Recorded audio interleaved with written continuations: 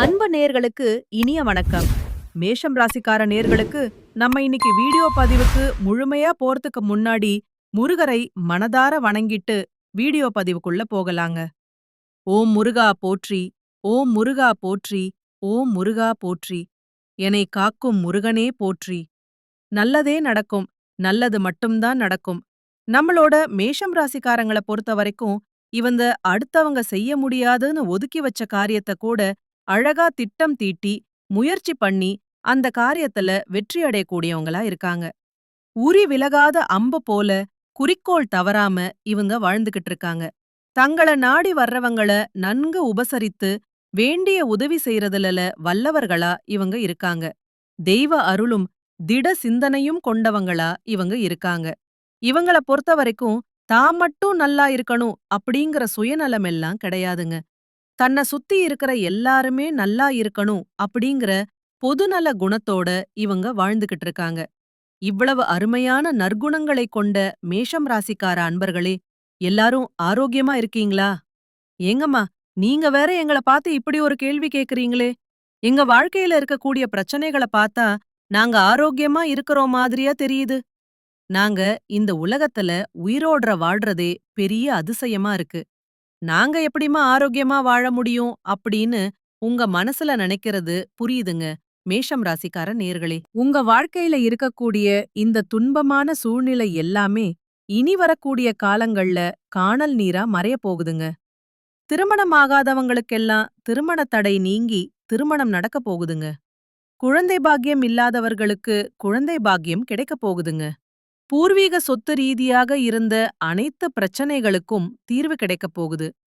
உங்களுக்கு வரவேண்டிய பூர்வீக சொத்து உங்க கையில வந்து சேரப் போகுதுங்க. உங்க வாழ்க்கையில நல்லதெல்லாம் அடுக்கடுக்கா நடக்கப் போகுதுங்க. உங்களுடைய ஆசைகள், கனவுகள் எல்லாமே நிறைவேறப் போகுதுங்க. இந்த 2026ஆம் ஆண்டு மேஷம் ராசிக்காரங்களுக்கு நல்ல அமோகமான பலன்களை தருங்க. கடந்த கால கசப்பான சம்பவங்கள நீக்கப் போகுது. வருமானம், பொருளாதாரம் கணிசமாக முன்னேறப் போகுது. வேலைவாய்ப்புகள் நன்றாக இருக்கப் போகுது. மாணவர்கள் கல்வியில சிறந்து விளங்கப் போறாங்க. விளையாட்டுப் போட்டிகள்ல வெற்றி பெற வாய்ப்பிருக்கு. மேல்நிலை உயர்கல்வி, ஆராய்ச்சி கல்வி போன்ற கல்விகளிலும் சிறந்து விளங்கப் போறீங்க. ராகு மற்றும் கேது கிரகங்களின் பெயர்ச்சி சாதகமான பலன்களை உங்களுக்கு கொடுக்கப் போகுது. விடாமுயற்சியுடன் செயல்பட்டா வெற்றி நிச்சயமா உங்களுக்கு கிடைக்குங்க. குருவின் பார்வை கோடி நன்மைகளை உங்களுக்கு தருங்க. குடும்பத்தில சுப நிகழ்ச்சிகள் நடக்கும். திட்டமிட்ட காரியங்கள் வெற்றிகரமாக நடந்து முடியும். குரு பகவான் 9வது மற்றும் 12வது வீட்டின் அதிபதி. அவருடைய பார்வை 12வது மற்றும் 8வது வீடுகளிலும் விழுகும். கடந்த கால கஷ்டங்கள் நீங்கி தொழில்ல முன்னேற்றம் ஏற்படும். மூதாதையர் சொத்துக்களை பெற்று செல்வ செழிப்பு அடையலாம். திருமணவரன் தேடி வரும். குழந்தை பாக்கியம் கிடைக்கும். வெளிநாடு சென்று கல்வி கற்க வாய்ப்பு கிடைக்கும். சனி பகவான் லாபஸ்தானத்தில் சஞ்சரிப்பதால் வருமானம் அதிகரிக்கும். மார்ச் 6வது முதல் விரய சனியாக 12ஆம் இடத்தில் சனி பகவான் சஞ்சாரம் செய்ய இருக்கிறார். செலவுகள் கட்டுக்கடங்காமல் போக வாய்ப்பு இருக்கு. கொஞ்சம் எச்சரிக்கையா இருந்துக்கோங்க. சேமிப்பில கவனம் செலுத்தினா நன்மைகள் உண்டாகும். 7.5 சனி காலகட்டத்தில உடல் நலத்தில கவனம் தேவைங்க. ராகு பகவான் 11ஆம் இடமான லாபஸ்தானத்துக்கும் கேது பகவான் 5ஆம் இடத்துக்கும் மாறுகிறார்கள். பொருளாதாரத்தில் வளர்ச்சி உண்டாகும். ஆன்மீக நாட்டம் அதிகரிக்கும். கேதுவின் வருகை செல்வத்தையும் செல்வாக்கையும் அள்ளி கொடுக்கும். காரியங்கள் வெற்றிகரமாக நடத்த முடியுங்க. குருவின் சுபபார்வை பலன்களால் குடும்பத்தில் சுப நிகழ்ச்சிகள் நடக்கும். ஒரு சிலருக்கு திருமணம்னா திருமணம் நடக்குங்க. ஒரு சிலருக்கு குழந்தை பாக்கியம் கிடைக்கும்.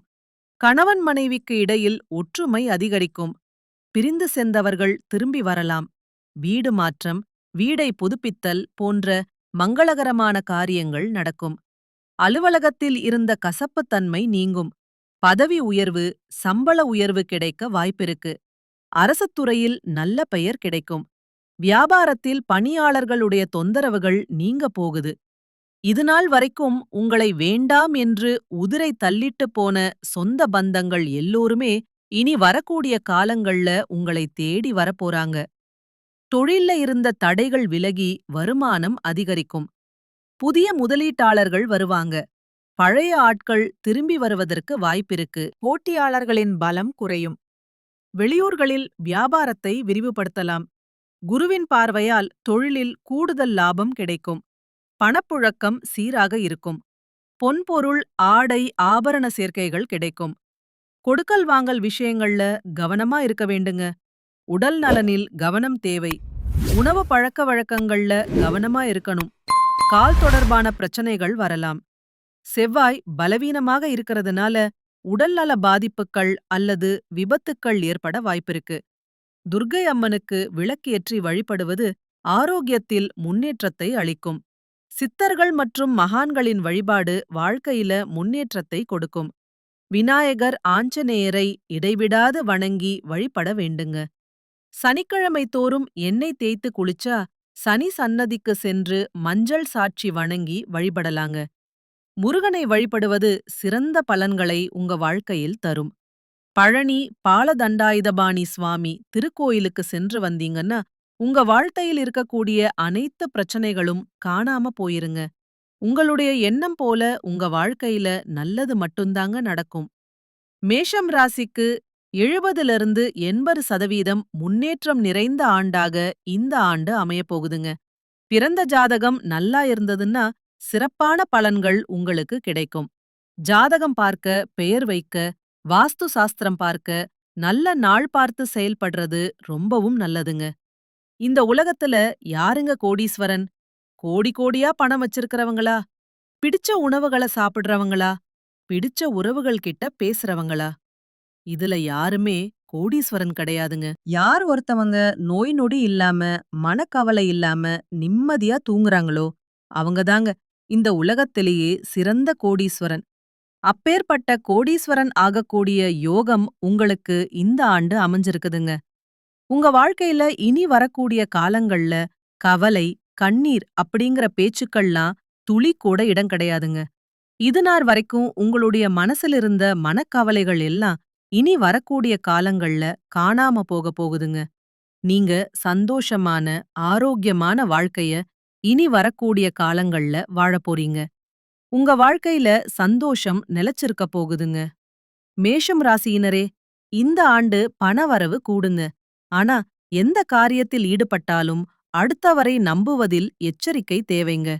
உங்களுக்கு மிகவும் வேண்டியவர் உங்களை விட்டு விலகிச் செல்லலாங்க. மாற்று மதத்தினரின் உதவி உங்களுக்கு கிடைக்கப் போகுது. தொழில் வியாபாரத்துல எதிர்பார்த்த பணவரவு உங்களுக்கு இருக்குங்க. போட்டிகள் குறையும். புதிய முயற்சிகள்ல ஈடுபடத் தோன்றும். உங்களுடைய மனசு பங்குதாரர்களிடம் இருந்து வந்த மனக்கசப்புக்கள் மறையப் போகுது.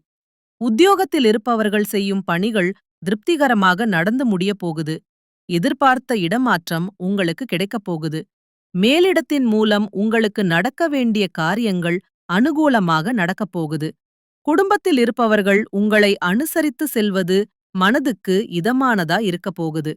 கணவன் மனைவிக்கிடையே சிறிய வாக்குவாதம் ஏற்படலாம். கொஞ்சம் விட்டு கொடுத்து போறது உங்களுடைய இல்லற வாழ்க்கைக்கு ரொம்பவும் நல்லதுன்னு. பிள்ளைகள் உங்களை புரிந்து கொண்டு நடப்பது மனசுக்கு நிம்மதியை தரும். குடும்பத்தில எதிர்பாராத சில காரியங்கள் நடக்கலாம். கொஞ்சம் எச்சரிக்கையா இருந்துக்கோங்க. பெண்களுக்கு சாமர்த்தியமான பேச்சின் மூலம் காரிய வெற்றி உண்டாகும். அடுத்தவரை நம்பி பொறுப்புகளை ஒப்படைக்கிறதுல கவனம் தேவை. கலைத்துறையினர்களுக்கு இருந்து வந்த வீண் பிரச்சனைகள் நீங்கும். மரியாதை, அந்தஸ்து உயரும். வெளிநாட்டு பயணங்கள் கைகூடும். தொழில் சிக்கல்கள் நீங்கும். தொழில்ல நன்மைகள் நடைபெறும். கூடுதல் லாபம் கிடைக்கப் போகுது உங்களுக்கு. அரசியல் துறையினர்களுக்கு பதவி உயர்வு கிடைக்கும். சிலருக்கு பதவி உயர்வு, புதிய பதவி, கூடுதல் பொறுப்புகள் எல்லாம் கிடைக்கலாம். மேலிடத்தின் மத்தியில் மதிப்பு உயரும். புதிய வாகனங்கள் வாங்குவீங்க. சக மனிதர்களிடம் மரியாதை அதிகரிக்கும். மாணவர்களுக்கு கல்வியில் இருந்தத போட்டிகள் விலகும். பாடங்களை படிப்பதில் இருந்திருந்த இடையூறுகள் நீங்க போகுது. உங்களுடைய வாழ்க்கையே சொர்க்க வாழ்க்கையா மாறப்போகுதுங்க. மேஷம் ராசிக்காரர்களே, உங்களுக்கு அதிர்ஷ்டம் தரக்கூடிய நிறம் வெள்ளை நிறம், ஆரஞ்சு நிறம். அதிர்ஷ்டம் தரக்கூடிய திசை தென்மேற்கு, வடகிழக்கு. அதிர்ஷ்டம் தரக்கூடிய எண்கள் 6, 8. அதிர்ஷ்டம் தரக்கூடிய கிழமைகள் வியாழக்கிழமை, வெள்ளிக்கிழமை. உங்களுக்கு அதிர்ஷ்டம் தரக்கூடிய மலர்கள் என்னன்னு பாத்தீங்கன்னா, மல்லிகை மலர், ரோஜா மலர். குலதெய்வம் எங்கேயோ இருக்குது, என்னமோ இருக்குது அப்படி நீங்க நினைக்க வேண்டாங்க. நீங்க எங்கிருந்தாலும் ஒரு தீபம் ஏத்தி வச்சு, அந்த தீப ஒளியில தெய்வங்கள் இருக்கறாங்க அப்படின்னு நினைச்சு வழிபாடு செய்யுங்க. குலதெய்வமே தெரியாவிட்டாலும் வீட்ல தீபம் ஏற்றி வச்சு, ஏதாவது ஒரு நல்ல நாள்ல குலதெய்வத்தை நினைச்சு வழிபாடு செய்யுங்க. குலதெய்வ வழிபாடு குலத்தை காக்கும், குலம் தலையை காக்கும். முதல்ல குலதெய்வம், அப்புறம் இஷ்ட தெய்வம், அப்புறம் உங்களுக்கு விருப்பப்பட்ட தெய்வம். எந்த கோயிலுக்கு போனாலும் என்ன பண்ணாலும் ஏற்றம் இல்ல அப்படின்னு நீங்க சொல்லுவீங்க. தினமும் எழுந்திருச்ச உடனே சூரிய பகவான நமஸ்காரம் பண்ணுங்க. அவங்களுடைய அனுக்கிரகம் இருந்தா போதும். மற்ற கிரகங்கள் எல்லாம் சாதகமா இல்லைனா கூட பரவாயில்ல. அந்த சூரியனுடைய பிரகாசம் உங்க வாழ்க்கையவே பிரகாசமா மாத்திருங்க. அந்த வெளிச்சம் உங்கள வந்து சேருங்க. உங்க வாழ்க்கையில இருக்கக்கூடிய கண்ணீர் எல்லாம் கரைஞ்சு போயிருங்க. அஸ்வினி, பரணி, கிருத்திகை 1ஆம் பாதத்துல பிறந்தவங்க மேஷம் ராசியில பிறந்தவங்களா கருதப்படுறாங்க. இவங்க கொஞ்சம் பிடிவாத குணம் கொண்டவங்களா இருக்காங்க. மேஷம் ராசிக்கு நட்பு ராசியா இருக்கக்கூடியவங்க யாருன்னு பாத்தீங்கன்னா, கும்பம், சிம்மம், தனுசு, மிதுனம்.